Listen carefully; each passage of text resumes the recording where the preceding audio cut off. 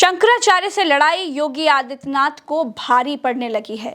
दोनों deputy CM Shankaracharya के पीछे खड़े हो गए हैं। इसी बीच शंकराचार्य ने 11 मार्च को लखनऊ कूच का ऐलान कर दिया है। पहले से ही योगी पर ठाकुरवाद का ठप्पा था। अब उस ब्राह्मण समाज पर अत्याचार के आरोप लग गए हैं जो ब्राह्मण समाज ठाकुर से ज्यादा भाजपा का माना जाता है। उस समाज को अब योगी की लीडरशिप मंजूर नहीं है। इतिहास गवाह है, उत्तर प्रदेश में जब जब ब्राह्मण जिधर गया है उधर सत्ता गई है। चाहे 2007 में मायावती सरकार का आना हो, चाहे 2012 में मायावती सरकार का जाना हो, चाहे 2017 में योगी सरकार को लाना हो। योगी जिस सीढ़ी से चढ़कर सत्ता तक पहुंचे, अब उसकी चोटी पकड़कर खींच रहे हैं। योगी आदित्यनाथ का अहंकार धीरे धीरे उनकी सत्ता को निगलने के लिए तैयार है। शंकराचार्य से लड़ाई लड़ने की कोई जरूरत थी नहीं, लेकिन जब राजा सत्ता के नशे में होता है तो उसे शत्रु और साथी में अंतर नहीं पता चलता है। योगी आदित्यनाथ के साथ भी ऐसा ही है। योगी सनातन को प्रोटेक्ट करने के लिए लाए गए थे, लेकिन शंकराचार्य से ही शत्रुता करने लगे। पिछली पूरी कहानी नहीं सुनाऊंगी, ताजा समाचार ये हैं दोस्तों कि शंकराचार्य अविमुक्तेश्वरानंद सरस्वती जी ने योगी आदित्यनाथ का सिंहासन हिलाने के लिए लखनऊ कूच करने का ऐलान कर दिया है। यानी अब लड़ाई आर पार की है। इसी बीच उत्तर प्रदेश के डिप्टी सीएम ब्रजेश पाठक ने अपने घर पर 101 बटुकों को सम्मानित करके उनके पैर धोकर ये दिखा दिया है कि वो योगी के साथ नहीं है। उन्होंने ये भी क्लियर कर दिया है कि बटुकों की चोटी पकड़कर खींचने वाले पापी हैं। शंकराचार्य ने कहा है कि 11 मार्च को लखनऊ में संतों, महंतों और धर्माचार्यों के साथ बैठक करेंगे। उन्होंने देश के सभी धर्माचार्यों को 10 दिन का समय दिया है। उन्होंने कहा कि संत समाज के पास 10 दिन का समय है। अगर कोई योगी आदित्यनाथ के पक्ष में रहना चाहता है तो कोई आपत्ति नहीं है, लेकिन ध्यान रहे कि शास्त्र और सनातन को छोड़कर किसी के पक्ष में नहीं रहा जा सकता। अगर ऐसा रहता है तो जो व्यवहार सीएम के साथ होगा वही उनके साथ भी किया जाएगा। योगी के पक्ष में खड़े होने से पहले ये बताइए कि क्या कोई गेरुआ वस्त्र पहनकर मांसाहारी हो सकता है? क्या कोई विरक्त संत वेतन भोगी हो सकता है? 10 दिन में उत्तर दीजिए। अगर उत्तर नहीं दिया गया तो हम समझेंगे कि आप मुख्यमंत्री का समर्थन कर रहे हैं।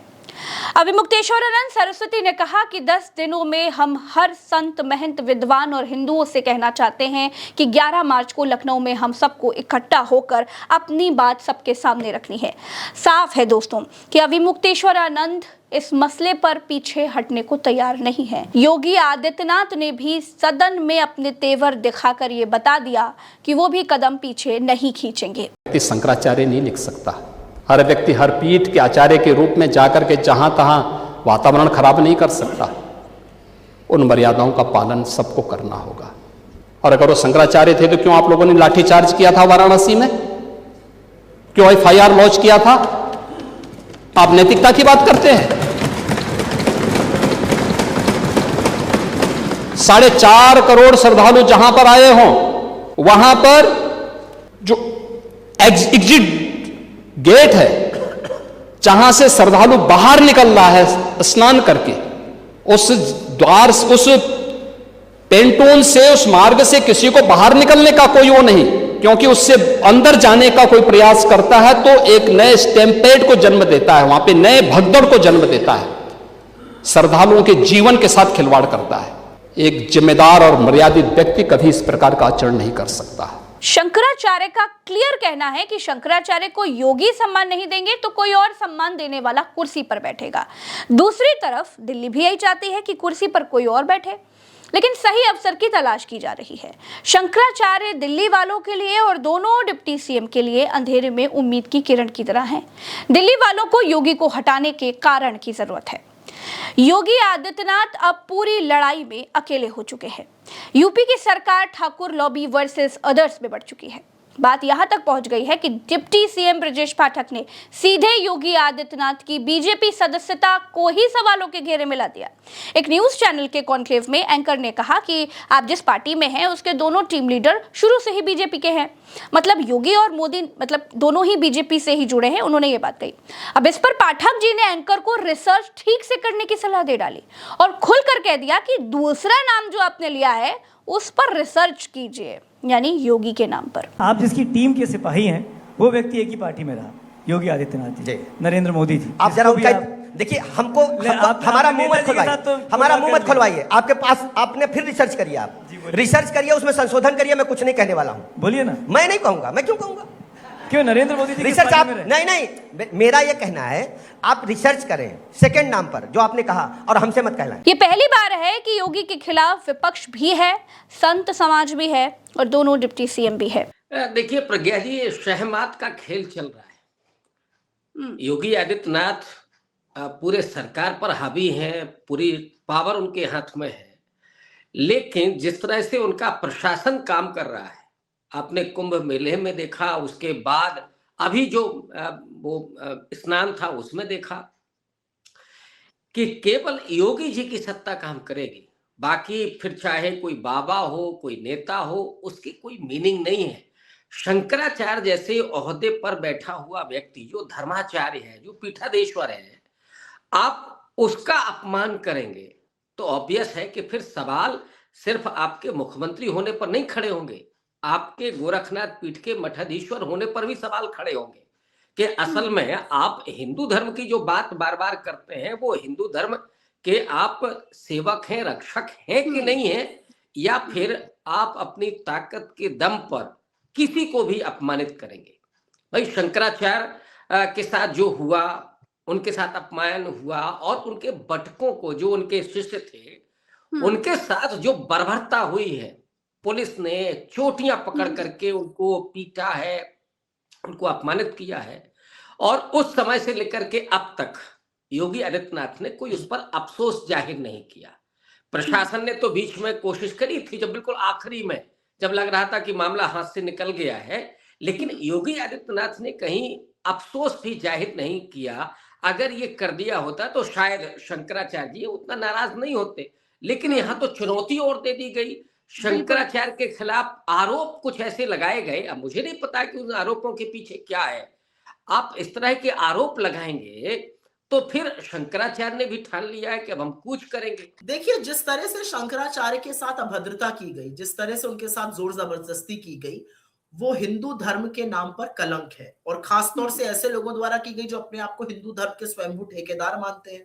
ये कुछ नहीं है, ये ढोंगी हिंदू है। जिस तरह से साधुओं की, बटकों की शिखाएं खींच खींच कर उनको घसीटा गया, उनको पीटा गया, ये किसी भी हिंदू के नाम पर, किसी भी हिंदू के चेहरे पर कलंक है, किसी भी हिंदू के चेहरे पर दाग है, धब्बा है, तमाचा है। और मुझे ऐसा लगता है कि ये वो लोग कर रहे हैं जो अपने आप को धर्म का रक्षक बनाते थे, ये धर्म के भक्षक है।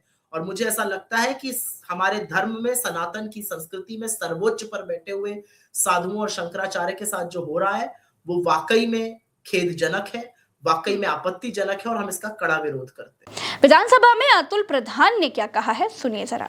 हमारे मान्यता जिनकी है हिंदू समाज में, सनातन में, शंकराचार्य जी की, अयुक्तेश्वरानंद जी की, उन्होंने कुंभ में इनकी दुर्दशा को उजागर कर दिया। समय हो गया है ना, दुर्दशा को उजागर कर दिया, लेकिन आज हो गया, जल्दी से खत्म कर लीजिए। किया गया, शंकराचार्य को पीड़ित किया गया, उनके लोगों को मारा पीटा गया, यहाँ तक कि चोटी पकड़ कर खींचने का काम इस सरकार ने किया। धन्यवाद, 8 मिनट हो गए आपके। माननीय सुरभि जी, डॉक्टर सुरभि जी वहां पर धरना देके बैठे रहे, लेकिन माननीय डॉक्टर सुरभि जी क्यों नहीं रहेगी? और यहाँ पर मुख्यमंत्री जी धन्यवाद का सर्टिफिकेट बांट रहे थे। धन्यवाद। अगर सर्टिफिकेट आपसे कोई मांग ले तो आप कौन सा सर्टिफिकेट दे पाएंगे? धन्यवाद, धन्यवाद। मान्यवर दोस्तों, 2024 के लोकसभा चुनाव ने उत्तर प्रदेश बीजेपी में कई दरारें डाल दी हैं। जब यूपी में बीजेपी अखिलेश के पीडीए कार्ड की वजह से हाफ हुई, तो दिल्ली कैंप के नेताओं ने इसके लिए लखनऊ को जिम्मेदार माना, और लखनऊ दिल्ली की अदावत यहीं से शुरू हो गई। मगर अब खींचतान योगी बनाम दोनों डिप्टी सीएम की दिखाई दे रही है। शंकराचार्य के हमलों को योगी अकेले ही झेल रहे हैं। उनके बयानों के समर्थन में कोई नेता बोल तक नहीं रहा है। मगर जब शंकराचार्य के अपमान का मसला अपने चरम पर था, तब गृह मंत्री अमित शाह ने गुजरात में एक बयान देकर कई संकेत दे दिए थे।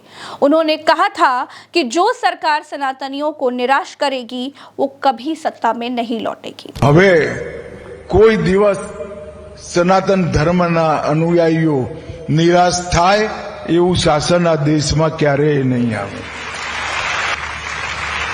આઝાદી થયા પછી સનાતન ધર્મના અનેક સંપ્રદાયોના સૌ અનુયાયીઓ રાહ જોતા હતા કે એક એવી સરકાર આવે જે આપણા સનાતન ધર્મને મહત્વ આપી એના આધાર પર દેશ ચલાવવાનો। एक बात और बताती हूँ, मोहन भागवत लखनऊ आए, 18 तारीख को योगी आदित्यनाथ से मुलाकात की, फिर केशव प्रसाद मौर्य से मिले और उसके बाद ब्रजेश पाठक से अगले दिन मुलाकात हुई। कहा जा रहा है कि शंकराचार्य विवाद, संगठन और सरकार में खींचतान की वजह से ही मोहन भागवत ने ये मुलाकातें की हैं। इससे पहले आप ये भी देख चुके हैं कि ब्राह्मण विधायकों ने बैठक की, फिर उन्हें प्रदेश अध्यक्ष ने फटकारा। उसके बाद बीजेपी के विधायक ब्रजभूषण राजपूत ने अपनी ही सरकार के मंत्री स्वतंत्र देव सिंह को बीच सड़क पर रोककर बंधक बना लिया था। उत्तर प्रदेश में बीजेपी के अंदर खींचतान हर ओर से बढ़ रही है, हर दिन दरारें और ज्यादा दिखती जा रही हैं। अभी के लिए मेरे साथ फिलहाल इतना ही, मुझे दीजिए इजाजत, चलते हैं। राम राम तो अस्सलाम, जय हिंद।